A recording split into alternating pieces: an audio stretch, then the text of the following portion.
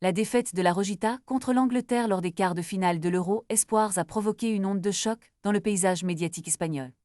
Le match, qui s'est soldé par un score d'1-3, a été marqué par une controverse majeure concernant l'arbitrage.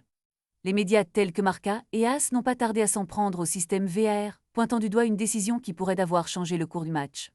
Au cœur de cette polémique se trouve un incident clé. Un tir cadré de Javi Guerra a été stoppé par une main du défenseur anglais Charlie Cresswell, qui était clairement séparé de son corps.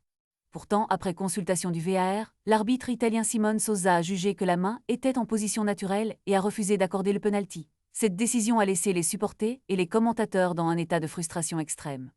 Les critiques se sont multipliées, affirmant que le contact était évident et qu'un penalty aurait été accordé dans le football d'antan. Un pile ou face dans le nouveau football, a lancé AS, soulignant l'absurdité de la situation.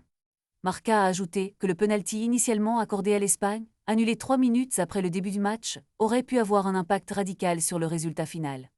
La question qui reste en suspens est celle de l'UEFA, qui avait reconnu un penalty pour une main similaire lors de l'Euro 2024.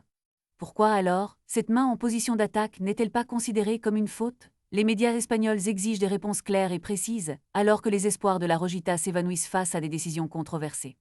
En somme, cette rencontre a mis en lumière les incohérences du système d'arbitrage moderne et a ravivé le débat sur l'utilisation du VAR, laissant un goût amer aux fans de l'équipe espagnole.